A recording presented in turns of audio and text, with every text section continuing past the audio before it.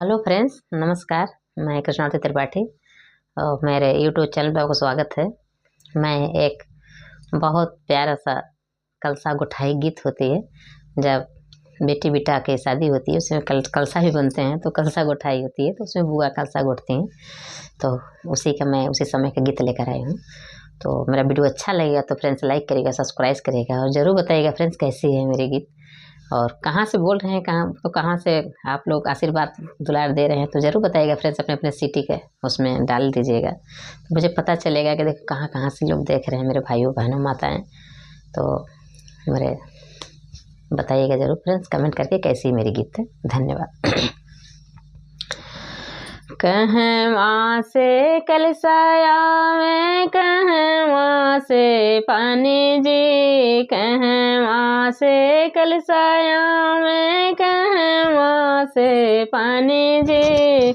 कहवा से बुआया में कलेसा गोठा में जी, कहवा से बुआया में कलेसा गोठा में जी,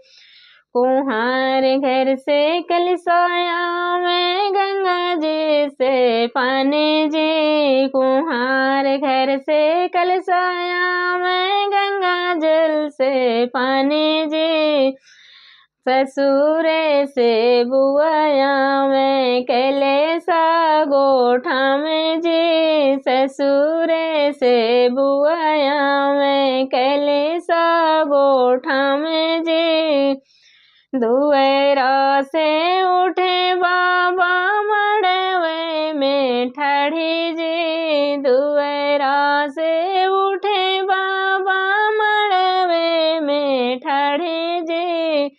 काउले बू मोरे बेटी कलेसा गोठावे जी, काउले बू मोरे बेटी कलेसा गोठावे जी,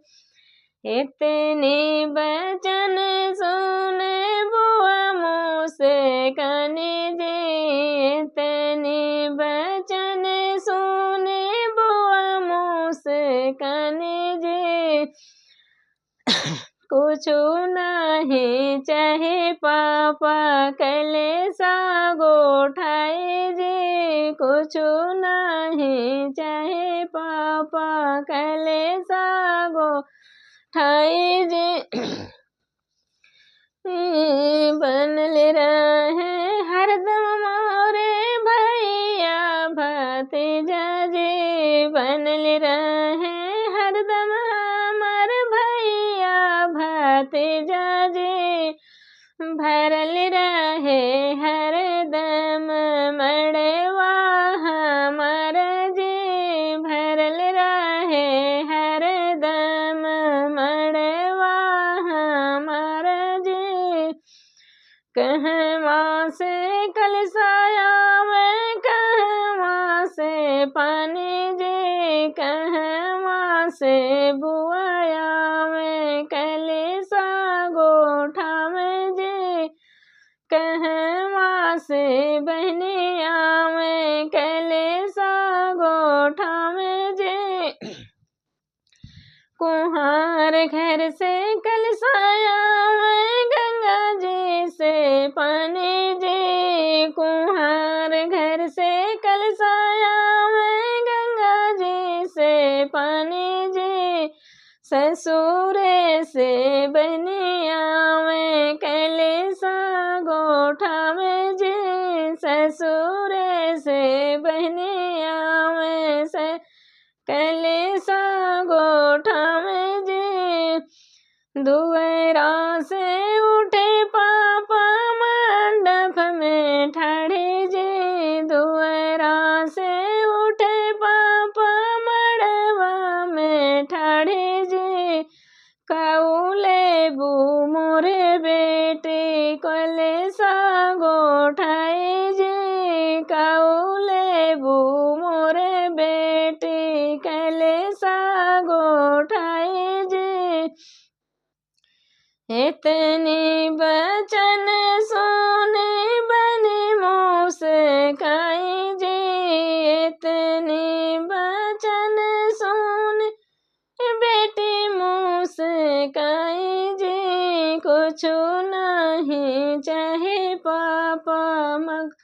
कलेसा गोठाई जी कुछ नहीं चाहे पापा कलेसा गोठाई जी भरल बनल रहे हरदम भैया भतीजा जी बनल रहे हरदम भैया भतीजा जी भरल रहे हरदम मड़वा हमर जी भरल रहे हरदम मड़वा हमर जी कहवा से कलसाया कहवा से पानी जी कहवा से बुआया में कलेसा गोठा में जी कहवा से बुआया में कलेसा गोठा में जी। बहुत बहुत धन्यवाद। कैसी लगी मेरी गीत जरूर बताइए कमेंट करके।